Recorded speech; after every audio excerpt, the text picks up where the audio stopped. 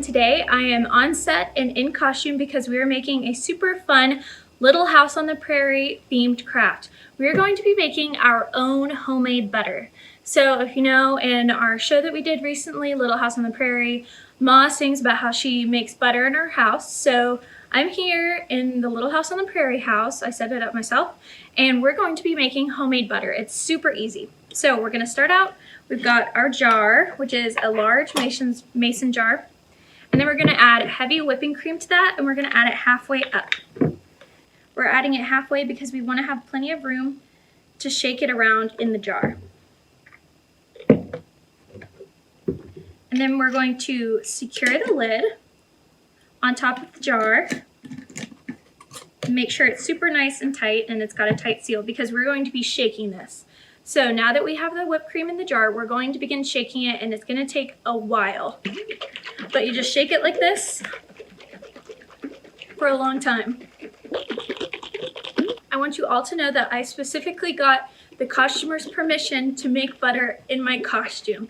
So I'm not breaking any eating or handling food rules right now. So I've been shaking it for a few minutes, and it started to sort of turn the consistency of whipped cream. Now we're going to add a little bit of salt, 1/8 of a teaspoon, which is just like a tiny bit.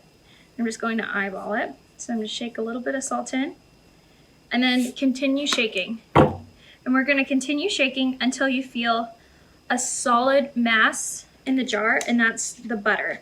And then after that, we're going to separate the butter from the buttermilk. So now the butter is very solid. If you can see, it doesn't move at all when I turn it upside down. So now we're going to separate the butter from the buttermilk. So I've got this little fine mesh strainer in a bowl that the buttermilk is going to go into. So opening up the jar. Wow, now it's like totally solid.